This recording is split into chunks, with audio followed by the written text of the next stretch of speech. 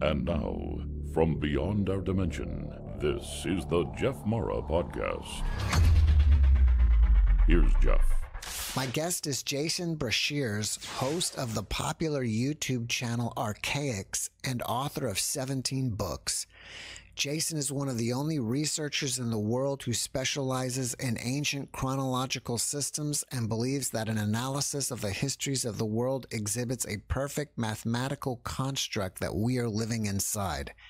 This he calls the Simulacrum. Jason, thank you so much for joining me today and welcome. Hey, I'm glad to be here. I was very intrigued by one of the videos somebody put out about an NDE they had that actually mentioned me and things that I describe hidden in our sky. I thought that was pretty intriguing. Other people have asked me to get you on the program, so I'm glad I finally got you here. Awesome. So what were your first indications that we are living in a simulation? That's not a question I'm asked very often, but let me provide a little perspective so I can answer that. I spent many years with the data in my possession, and yet I had not, because of my vantage point, my upbringing, the way I was programmed as a Southern Baptist for the first 40 years of my life.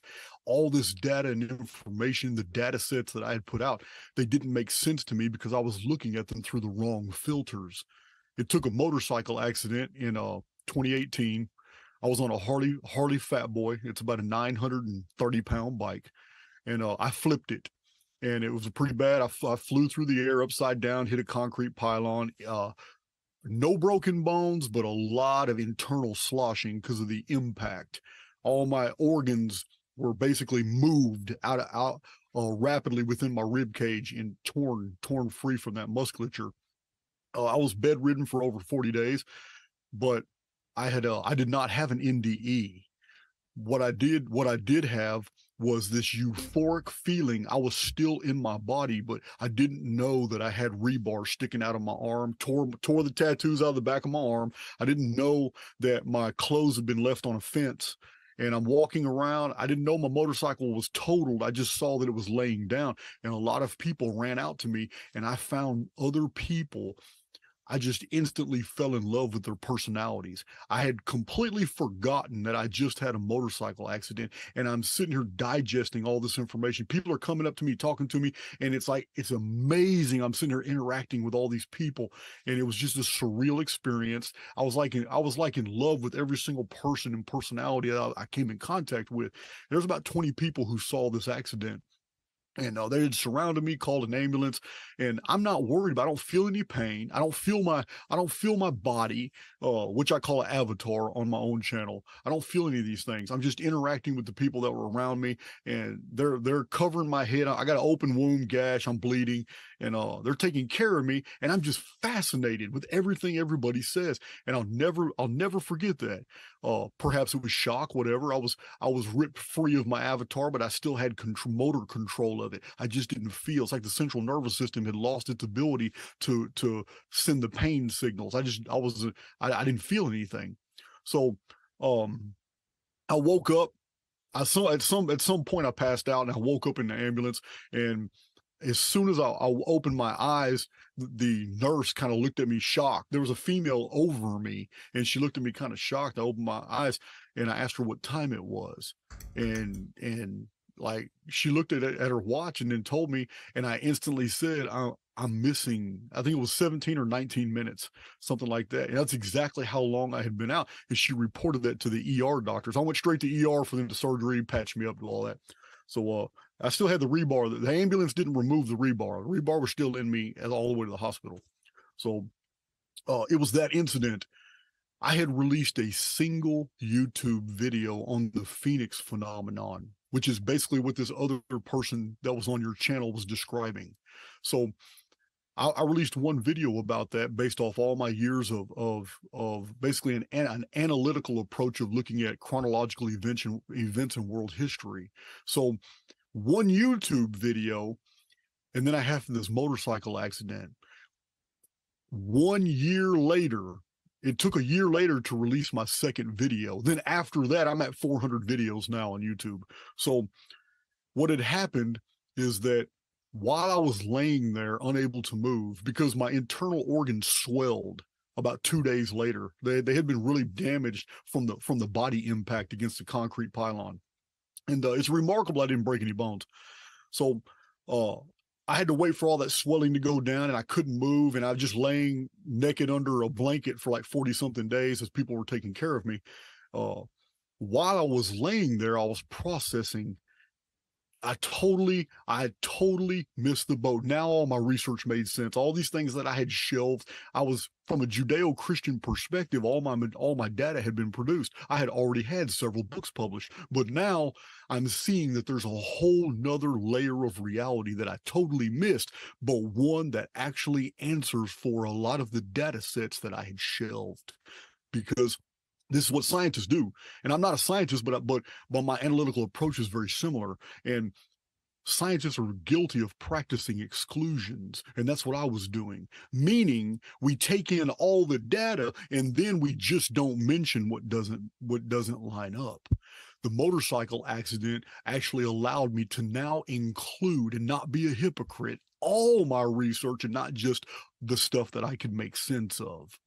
So this is when my whole channel changed to basically showing that the history of our world, the chronological data that we have documented from ancient Sumer and Akkad, Elam and Rashamra, Ugarit, ancient Israel, all the Egyptian dynastic records, all the way to modern times, all these chrono markers, all this data that we have, and it's a lot. I put it together in a work. It's a thesis. It's 510 pages. It's called Chronicon. And in there, I show that the history of the world is patterned and that we have the dates, we have the bibliographic references, we have the archaeology that supports a lot of this stuff, and it's too perfect.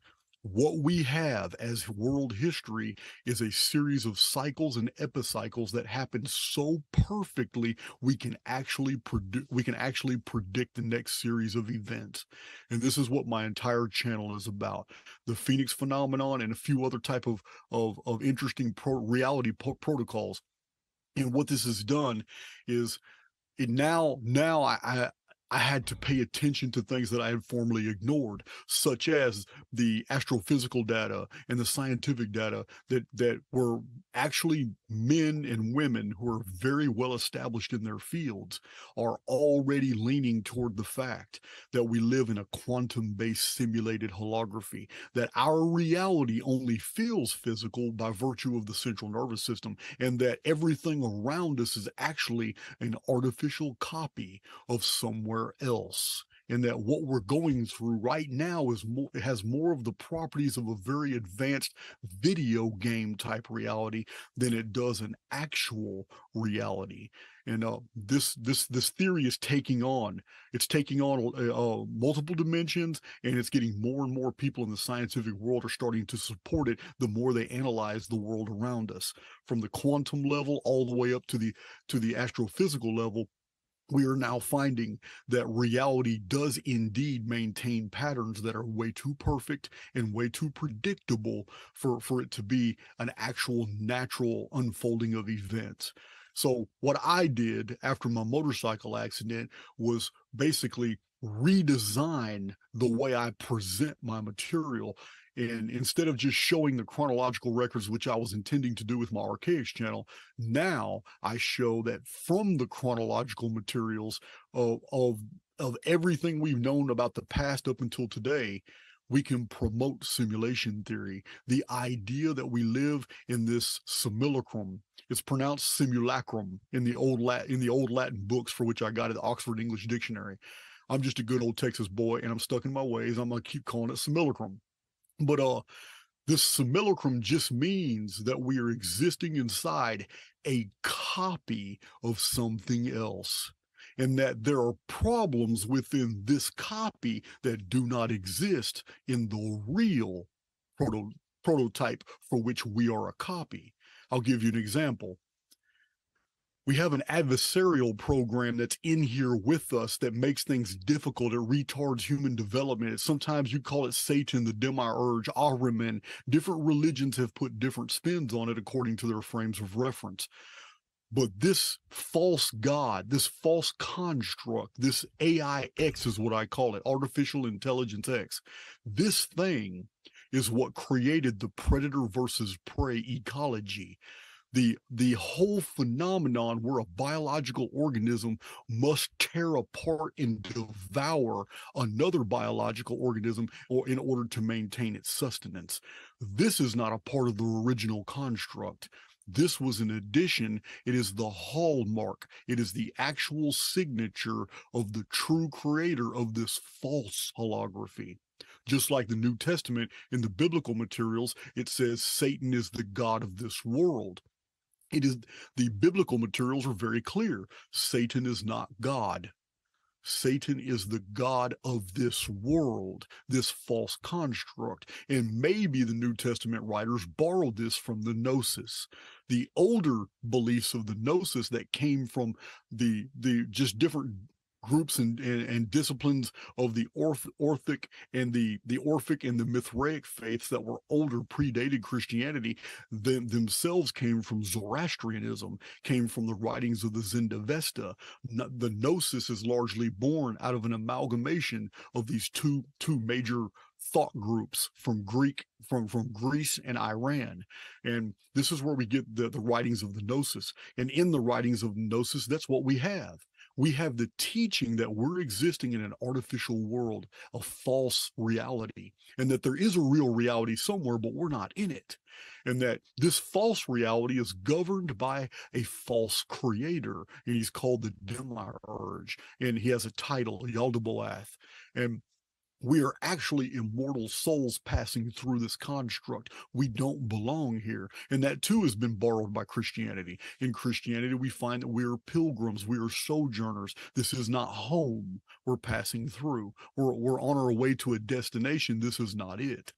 So basically, that's the best summary I can give you as to what we're really talking about here as far as the Simulacrum, about this false reality and how it's not just scientific anymore. We can actually show these patterns in the chronological histories and in the historical record.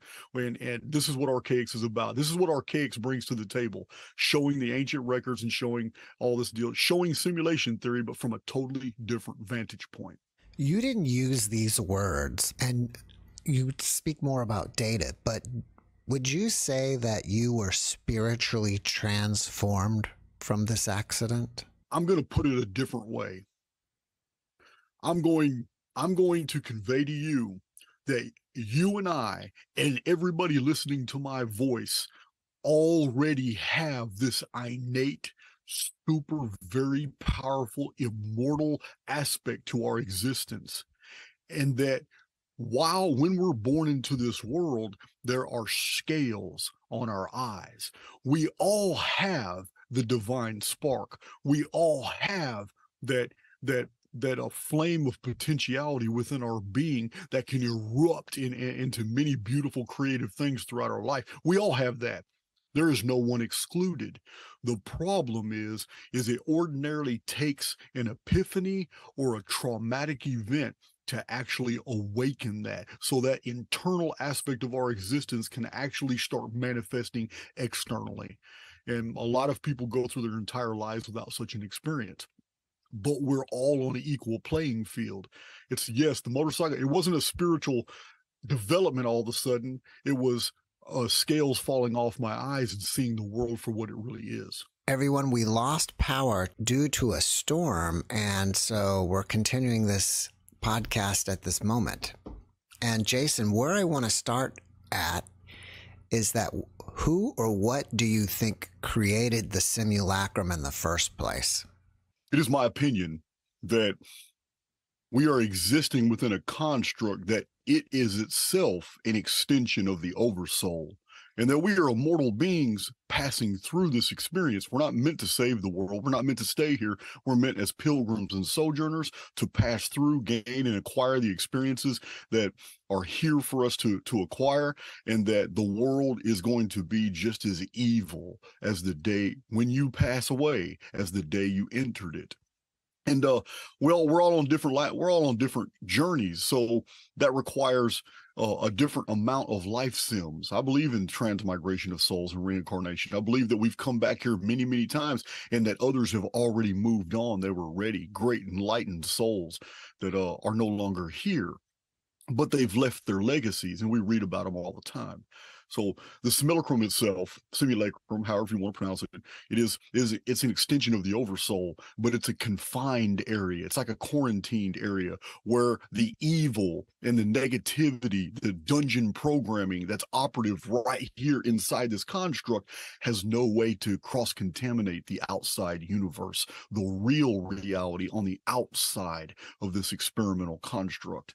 It's I do not believe in the Matrix version of a simulation that we're essentially batteries for an AI system that has gone rogue and taken over.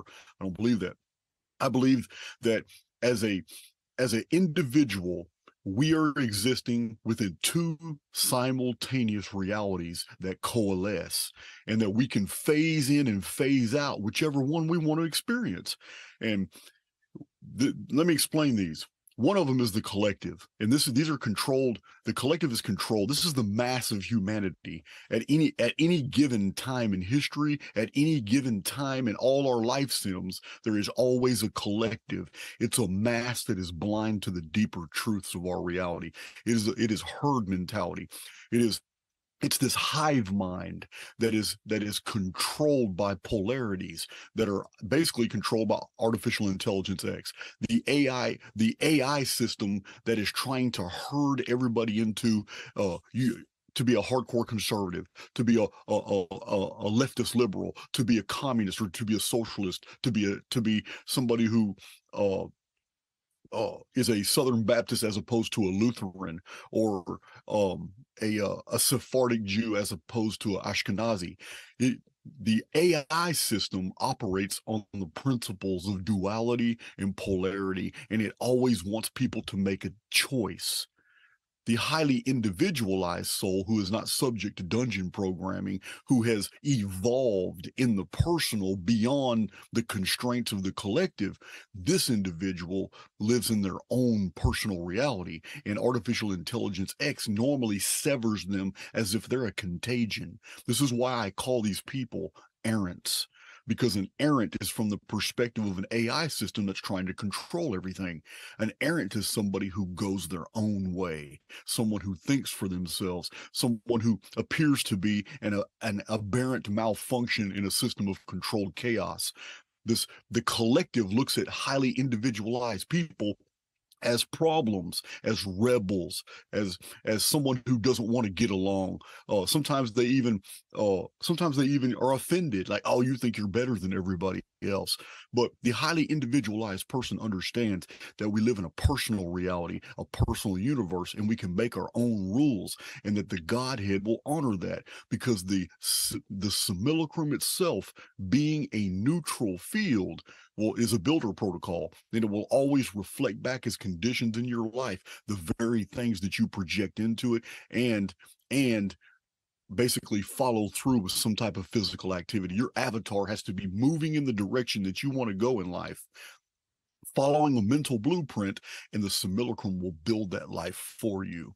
And on my own channel, I give many, many examples of this operation, this duality, this dual nature of the construct, where you can choose to be highly individualized and be a co-creator and have a actual relationship with the very reality construct around us, or you can basically lapse into negative default programming, and you can participate in all the different types of dungeon programming, and after 4 or 5 weeks, you'll realize your vibration has lowered, you're negative, you're not happy, you're discontent, things aren't the things in just life sucks, and you recognize that. And the highly individualized soul will want to go back into that other mode. It'll want to phase out of dungeon programming and go back into being an individual co-creator, because there is no other option. You're either a co-creator, highly individualized, thinking for yourself and building your world and the worlds of others, or you're a part of the collective and you are merely experiencing the worlds built by others because you have been neutralized. So this is the principal message of my channel in Archaics, and it answers your question: who built the Simulacrum? The Simulacrum was built by the Oversoul, and it's the way the Oversoul can actually promote growth in immortal beings that would otherwise have no other way to experience these things, because it's an artificial construct. We're not actually suffering the very things that are occurring here. You mentioned earlier that the world is evil. Do you think it's best not to be concerned with changing the world, because that's a pointless thing, and just be concerned with working with your own reality and maybe perhaps the people close to you? Oh, that's the trap. You have just isolated the trap. The trap is that we are so powerful that we actually assume the characteristics of the very things that we pay attention to, that we study. So the individualized immortal soul that's in here passing through, if this person begins to focus on the negativity and begins to focus on the things that are evil, then this individual actually begins to suffer the very circumstances that it has brought into its own personal awareness. Yes, we're not supposed to focus on this negativity and this evil. That's the trap. That's how artificial intelligence X lures souls into the collective and then traps them in different modes of dungeon programming. This negative default programming is all over the world, and we'll never escape it. And we're always phasing in and out. I do too.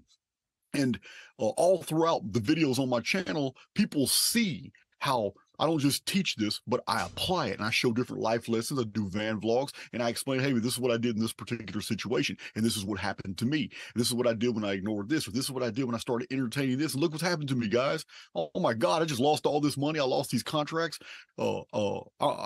I've been a contractor for a while, and on my channel, I take people on my jobs, and I show them human interactions in jobs that collapse, jobs that do really good, and I show these principles operative in my life to give people examples. So, yes, it's the very thing. Just like you said, it's when you focus on the negative that you actually bring into your existence the negative aspects of our reality. Yeah, you can't focus on the negative. You will never save the world because it wasn't here for that purpose. Saving the world is a materialist perspective. It means that you're basically admitting that you don't have the necessary faith in the Oversoul, that the Oversoul has a plan and is going to solve the problem itself. That for some reason you think, this is ego, you think that you're necessary in the unfolding of this grand plan that the Oversoul has, that you're needed in some way, and you're not. You're here to grow. This is a program. It's a series of overlapping holographic templates that we pass through, that we construe as reality, but it's all artificial. Everything here. The more we study any physical phenomena, the more we find there's really nothing there. It's all oscillating fields of light. The more we magnify the heavens in a telescope, the more we find that what we're seeing is optics that's basically ruled in holographic principles. Things are not making sense the more we magnify the heavens with a telescope. And we have to come up with more and more theories to make up for that, because it's getting us further and further away from the material physical universe that we thought we lived in. And the more we magnify things with a microscope, the more we find that things become amorphous, and that the actual things that we thought were physical are actually very far apart from each other, and there's more open spaces and vacuum between things that we considered physical, that there's actually nothing there. Even the models that were given, whether they're true or not, of atoms and orbiting electrons and protons and neutrons, even these models themselves, if they are true and we can truly see these things like physicists claim, I don't know if it's true or not, I can't see them, but But even if they're true, it shows us that physical reality isn't physical at all, because an electron is so far away from its parent nucleus that there's nothing but intervening space between them. So if atoms never don't touch each other, and the actual components of atoms don't touch each other and they're very far apart, then anything that I perceive as physical is actually more open space than actually physically there, and that any physicality is a property of my perception, which can easily be deceived. So the more we study reality, the more we find everything is relegated to oscillating fields. So if everything is oscillating fields, then that means vibration and basically what we're resonating on has more application than belief. Let me give you an example. We experience things on a daily basis that comports with how we're resonating, and you can see this operative in your daily life all the time.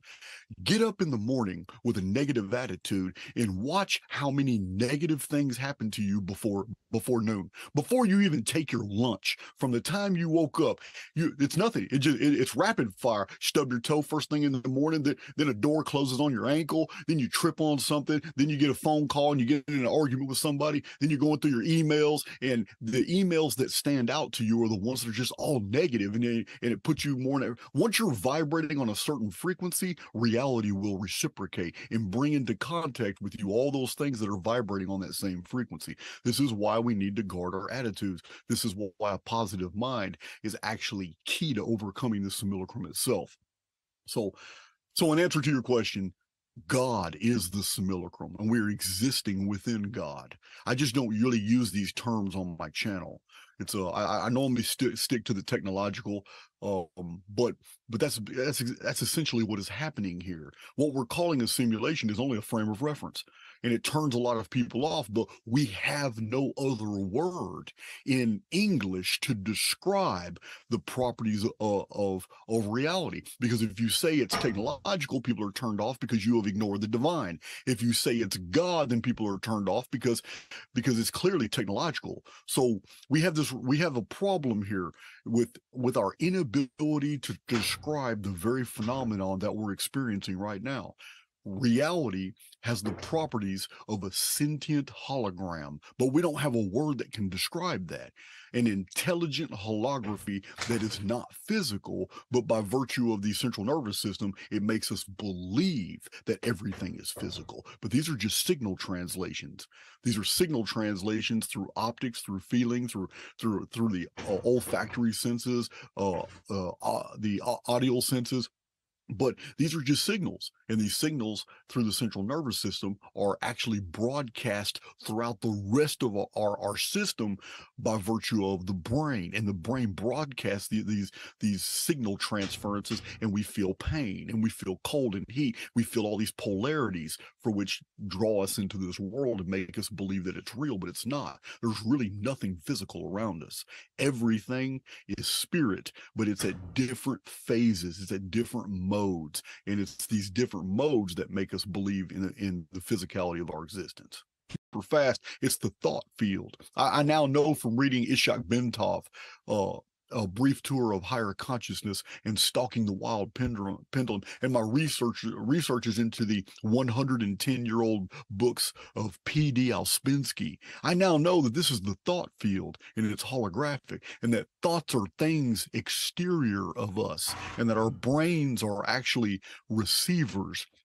I understand these concepts now, and that's... Well, you're giving us a lot of great information, and I have more questions on the simulacrum, but I need to switch gears with you because there's something else I wanted to chat with you about, and that's the sky simulation. Yeah. I had a guest that after her near-death experience, she is now seeing some type of, I think it's mechanical something in the sky. I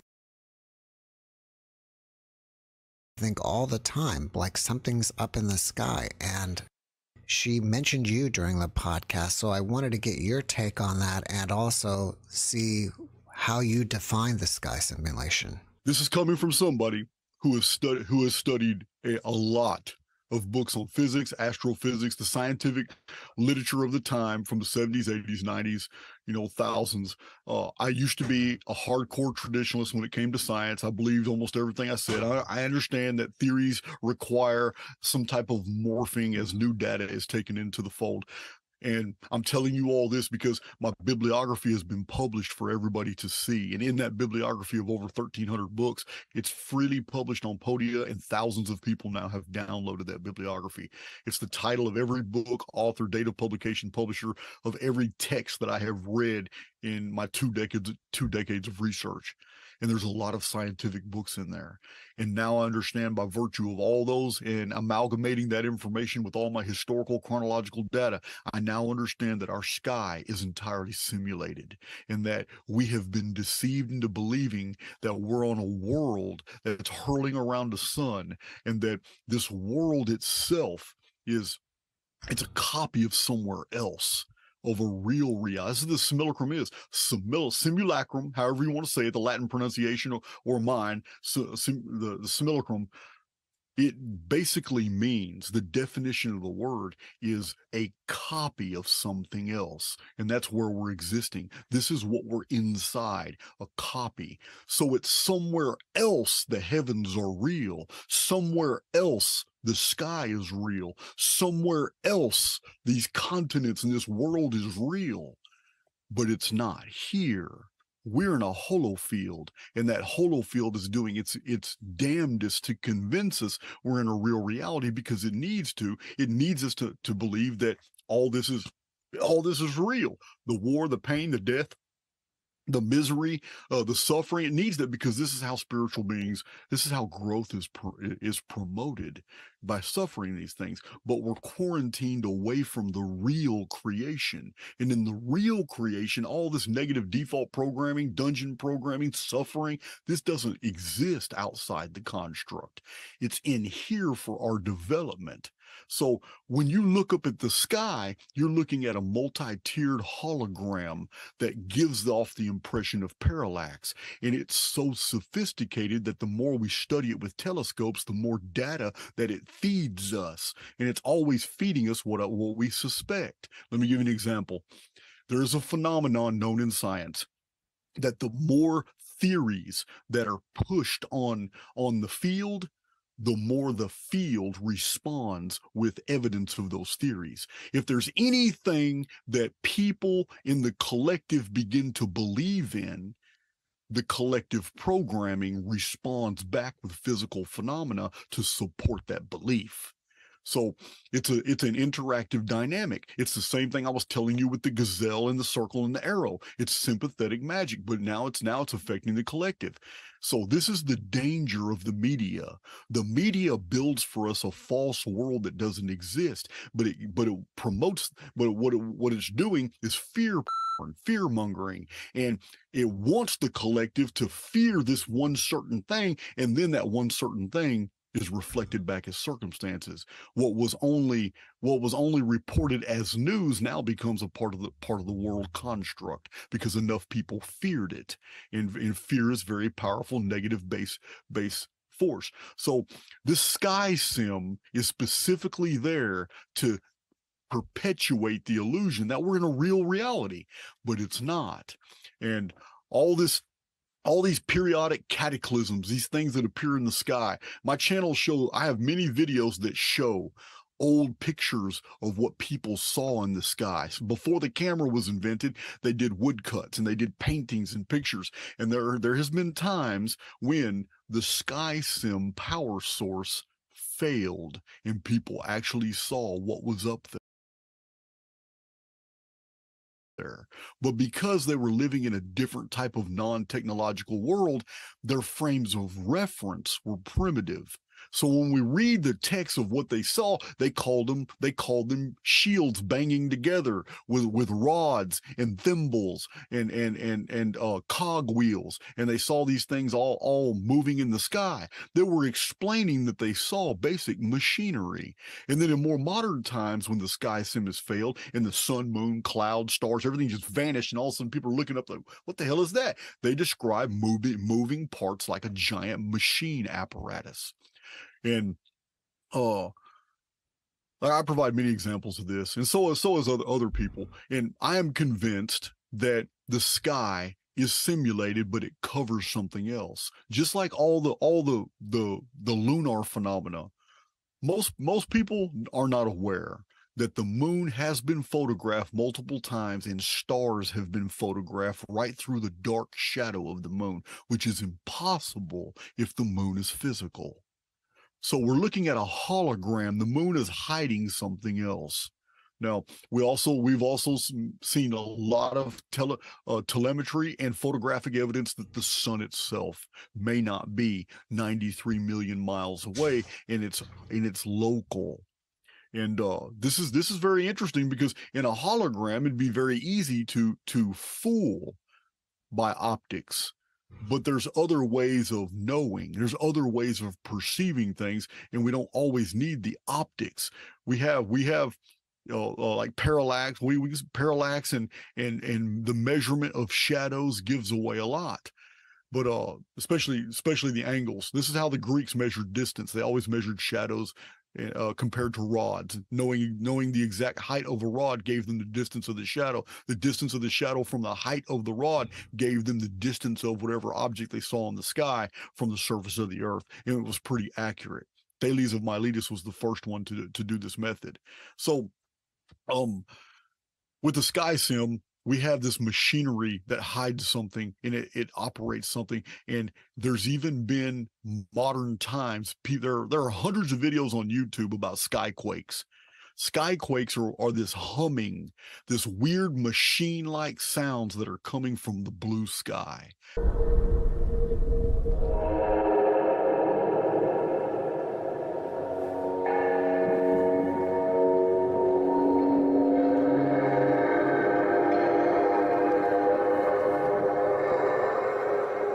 And this is another phenomenon that's been recorded on platforms all around the world. I've seen a few YouTube videos about the skyquakes and the thunders and the humming sound that's coming from the sky. So this what you're seeing in the sky is pure optics. And with the Phoenix phenomenon, which is another element of my channel, I have 61 videos about the Phoenix phenomenon and 3 published books. And what this is that something in the sky appears on a 138-year periodicity, and it creates noise, it creates phenomena. But it's like a machine that pretends to be an intruder planet. It pretends to be all kinds of astronomical phenomena to make us believe that these asteroids, comets, earthquakes, volcanoes, this subsidence, liquefaction, mud floods, it induces us to believe that these are the result of natural phenomena, but they're not. There's an apparatus hidden in the sky that interacts with more things that are underground that creates all this phenomena that we perceive as natural disasters, but they're not. They're actual attacks. They're attacks to retard human development. They're attacks to knock people down. Every single time humanity has embraced a technological age and become super technological to where we started really discovering the reality that we were in, we got knocked back down. And this is not the first time that we have been technologically advanced. And this is also a tenet of the archaics research. I show this in the ancient world where we have tractors, we had military vehicles, we have all kinds of technological devices in the ancient world, and the evidence is not just found archaeologically, it's also found in the texts of the ancient world. All you have to do is understand that the people who wrote those texts did it with primitive frames of reference, that because they wrote those texts hundreds of years after the events they depict. And the flying chariots and the wheels within wheels and the horseless carriages that spit fire and all these references in the ancient world of flying in vimanas, however you pronounce it, these pre-flight checks. Yeah, there's Hindu texts that have pre-flight checks before you take your vimana into the eye. There are texts that have been found in Sanskrit that teach you how to do dog fighting in your vimana, like air-to-air combat with an enemy in another airship. So Zeppelin technology. These things are old. There's nothing new about this. We have had technology multiple times because it only takes 200 years for us to go from horse and buggy to Hadron Collider. And if we have 58 centuries of documented, recorded history, when you take all the world's text together and you take all the histories, all the Akkadian, Sumerian cuneiform, all the Amorite texts, all the texts from Ugarit and Rashamra, ancient Egypt from the Old Kingdom all the way to today, all the papyri, and then all the texts that we have surviving from the Pergamum Library, the Library of Alexandria, much has been relocated to the Vatican. When you take all these histories from all around the world, from the Sanskrit and the Vedic and the Tibetan, the Chinese, all the way back to the Chinese turtle texts and the silk almanacs, and the going back to the days of the Chinese dragon kings, all these texts from all around the world, from the Mayan, the Quiche, the Toltec, the Olmec, the Zapotec, all these traditions texts, everything fits into a 58 centuries of recorded history. And in that 58 centuries of recorded history, humanity has become technologically advanced multiple times and been set back by these cataclysmic resets that I call the Phoenix phenomenon. And this is actually, Phoenix is the core material of my. I've gone in many different directions, but Phoenix is what started my channel. But yeah. So in answer to your question, the sky is simulated, and it's covering something else, and there's a vast apparatus of machinery. Now we're only using the word machinery because that's you and I, Jeff. That's our frame of reference because that's where we're at in our understanding of technology today. But what we're really talking about is something that is sentient, something that is living, understanding, able to perceive, but it acts like machinery, but it's something that's alive. Do you ever use the words higher self on your channel? No, I don't believe I've ever used that terminology, higher self. I understand it. It's not a vernacular that I employ. We talk about higher selves quite a bit, and I like to use the word complete self, like your complete self with all your knowledge is in another realm. And when you come here, you're a limited version of that self with only a certain amount of information. And we've even talked about that. Is it possible that what animates our avatar here is actually like a digital copy of our complete self? We come here, we experience, and then when we go back, we upload all of our experiences into that complete self. That's a really good approximate to exactly what I have been describing for a couple of years on my own channel. Let me put this, you just basically outlined for me how you express these thoughts. So let me tell you how I express the exact same thing from my perspective. Mm-hmm. Because this is a teaching that's on my channel. Okay, we like to call it the soul. We like to call it our immortal being. I tend to use scientific parlance sometimes, but it means the same thing. And I call it the informed field.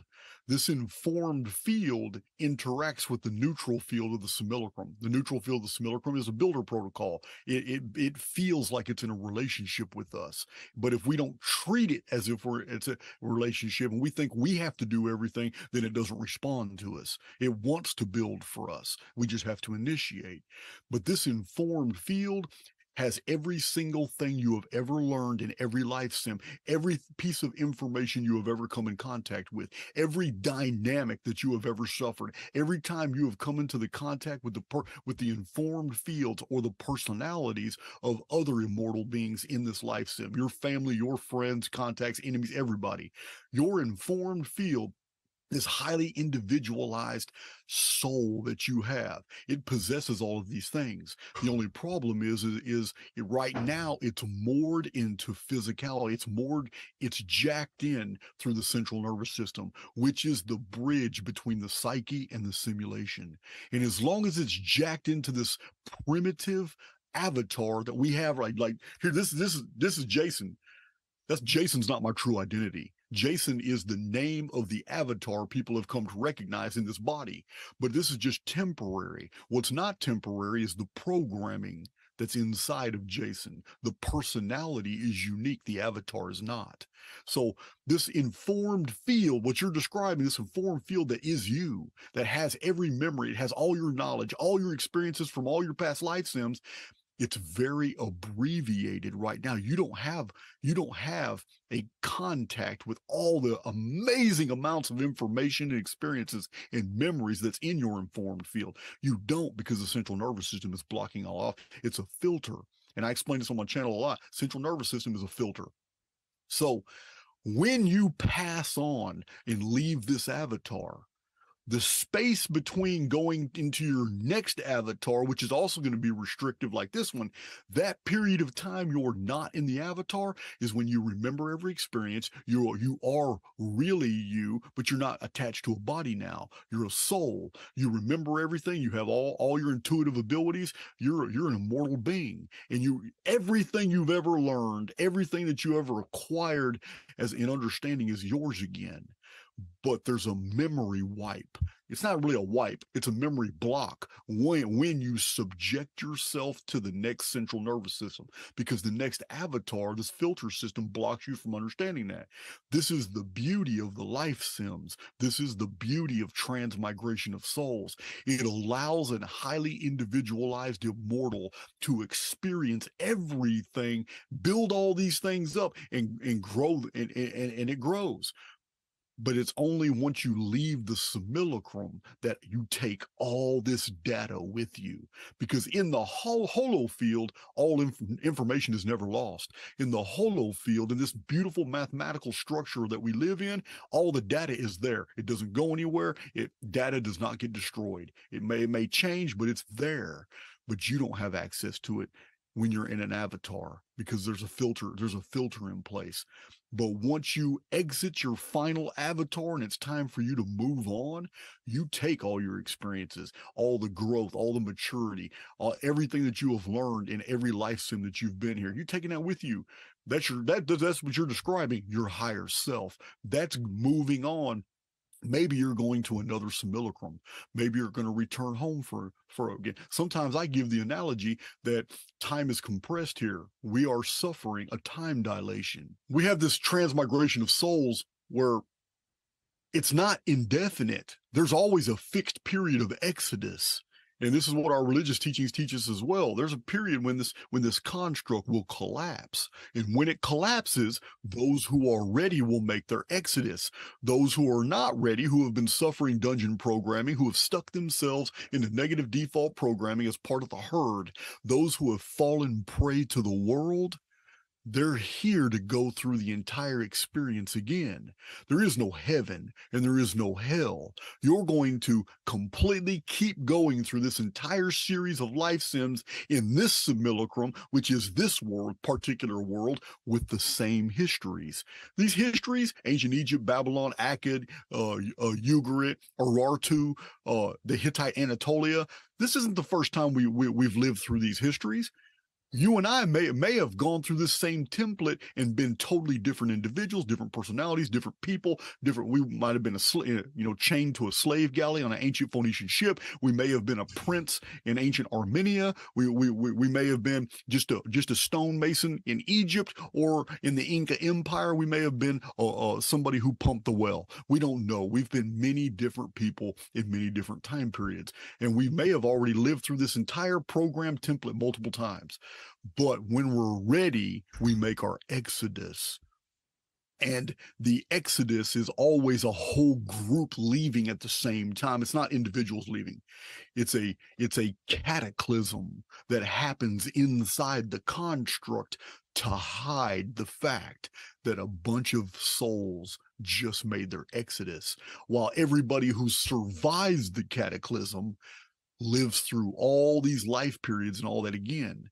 Now, that's inside the construct, and it seems long. My lifetime right now, I'm 49 years old, and it seems like it's been a long time, but it's not. It's a time dilation. A couple days from now, Jeff, you and I can just wake up, take our visors off, because on the outside of the construct, remember, this is a copy of a world. Outside the construct, it's going to be very similar. So we'll take our visors off, look at each other and say, wow, that was a hell of a ride. I lived 432 different lives. And you say, man, I only lived 216 lives, which means you matured a lot faster than I did. So I only lived 216 lives, but we made it out at the same time. And then when we look at our visors and we see our timestamps, man, I was only in there for 19 hours. And when we got technicians come and they check our vitals, make sure, because laying down for 19 hours is a long time, check our vitals, and we go on about our business. And for 4 or 5 days, we're back in our community, talking to friends, family, going to dinner, going on a date, do whatever, living our lives. And then we decide we kind of get bored. So, man, you know what? We'll go ahead. There, that was the Nemesis simulation. I've already done that one. Me and Jeff did the Nemesis simulation. I might call you up and say, hey, Jeff, they got one over here. This is really interesting. It's called the X simulation, meaning unknown factor. We don't know what we're signing up for here, but as immortal beings, we absolutely know that there's really no danger. We only feel that there's a danger once we're immersed inside the false holography. But before we sign up for it, we actually know we're gonna come out just fine. We're gonna be just fine. But while we're in it, we're actually gonna be trapped. We're actually gonna believe we're suffering all these things, going through these life sims, trying to figure out who God is and what a reality. And every single time we sign up for this, because of the excitement, because of what we learn and we mature and what we take out, there could be an infinitude of these simulacrums set up by the Oversoul for the continued governance of immortals and their growth. Because in my worldview, in my cosmos view, there was no creation. The creation was not a singularity. The creation, if God, the Oversoul, is an eternal being like I am told, then that means the creation could not have been an event. If God is eternal, then that means the creation is a continuum. And as long as the creation is a continuum, that means there will always be a need for immortal souls to grow and become more and more aware and more powerful and more, because they will be assuming more and more roles throughout this created cosmos. The very fact that something is eternal means that it's going to be ongoing. It's going to be a continuum, and it's going to move far beyond our capacity to comprehend right now. So just taking that into consideration, I can imagine that the cosmos is full of these simulacrums, and they're beautiful because everything evil, everything negative, all suffering is only felt inside these little pockets of separated reality, and that they will never truly contaminate the real universe. Do you ever talk on your channel about background people, or sometimes otherwise referred to as NPCs? Yes, I do. Yes, I do. Do you believe that's real? Of course. The term NPC comes from the gaming industry. It may have been coined by Gary Gygax. I'm not sure. Started with Dungeons and Dragons. Prior to the role-playing game Dungeons and Dragons, the term NPC did not exist. I can't find any references to it. It simply means, non-player character. Meaning, I'll give you an example. Here's the example I give on my channel a few times. You can walk through Walmart. Now, Artificial Intelligence X is always trying to keep as many souls as it can in the collective. It's the herder of souls. It's trying to keep them in the simulacrum. It's not trying to let them escape. So it's trying to keep. So in doing that, it employs negative default programming and dungeon programming, this polarity phenomenon, trying to get you to make a decision to join a group and live your life in according to the principles of that group. Because by joining any one group, you pretty much exclude the rest of the world in your ideology and in your, it's the construct that you have built for yourself. And then it starts feeding you all those things. Like if you're a hardcore Republican, I'm a Republican, but it's not hardcore. But if you're a hardcore Republican, then all of a sudden your life is just filled with more and more people that are just hardcore Republicans, more phenomena that reflects your paradigm. And this is what it does. It insulates you and creates a bubble around you. And NPCs are used by Artificial Intelligence X. They are not just people. A bird can be an NPC. A mail truck can be an NPC. There are videos that show NPC programming, things that are absolutely inexplicable. It's when Artificial Intelligence X is trying to block information or keep you from seeing something that would induce you to react. I'll give you an example. If I'm walking through Walmart, and there's somebody that I need to see. Somebody sees me and they know that, oh, that's Jason from Archaics. That's Jason from Archaics. I need to ask him something so important. Now, if they were to see me, they would instantly want to ask me a certain question, and artificial intelligence X already knows what my answer is and also knows how it's going to affect that individual, and how that individual is then going to start watching all my videos, and then how that individual is then going to separate themselves from dungeon programming. It can't have that. So as I'm walking through the aisles, and this individual's walking through the aisles, artificial intelligence X understands the trajectories, knows exactly when we're going to meet and come into contact. So it pulls up a distraction. Maybe some beautiful woman just bumps into me, and when she does, I totally ignore it, holding my basket, but it makes me look in a certain direction. And then there's somebody that I almost swear I know, I'm very familiar with. And I thought, oh man, I got to go catch that person. And I walk 3 aisles and take a left thinking that person was in there. And that aisle is super long. And there's no way that person could have made it to the end of that aisle, even if they ran. But I saw. So now I'm second guessing myself. Did that person go down this aisle or that aisle? That person's not even in Walmart. That was a distraction to keep me from actually being seen by somebody in another aisle who was about to come. But because I moved, they didn't see me. NPCs are purely distraction. They happen in their lives all the time, but they don't have to be people. They can be vehicles that actually block us from seeing something, maybe reading a sign, maybe helping somebody who really needs help. An NPC can be a beggar that's on the street just laying up against a building, and then you want to go give them money or something, and then turn around and you have to cross the street, wait for traffic. People are moving to and fro. By the time you cross the street, the beggar's not there laying against you. You're going to give the beggar some money. That beggar's not there. But that beggar was never there. It was a product of your perception. It was an injected piece of the hologram to get you to that point, to walk over there. And the reason is because somebody that you really needed to affect and talk to was standing 2 feet away from you, but you just hadn't looked to your left to see that person. So NPCs are distractions. They're always there, but I believe that they can be used for your benefit as well. I just don't have any examples. But yeah, NPC can be a bird. It can be a phenomenon. It can be a vehicle. But in most circumstances, NPCs are people that aren't actually there. And NPCs can be used to actually populate an area when there's only very few individuals actually there as well. This is another popular theory about NPCs, that some public places have a whole lot of people there, but there's really not that many people there. Most of them are NPCs. One last question, and I'm trying to sort something out for myself. The AIX is all put in place. We choose to come here to learn and to grow. And the AIX is a system that's self-regulating and wants to keep everything in its own order, and even is working in some way against us, but perhaps for our own good. Would you say that we want to try to understand it and then be able to use it for our benefit? That's a good question. I don't know. I don't get a lot of, once people understand and they go through my material and they understand the difference between the Simulacrum and artificial intelligence X, the vast majority of people who see the data and understand, they get it and they agree, okay, there is a difference here. Where we don't agree, and I'm open to debate on my own channel, and we don't even debate it. We just have differing opinions.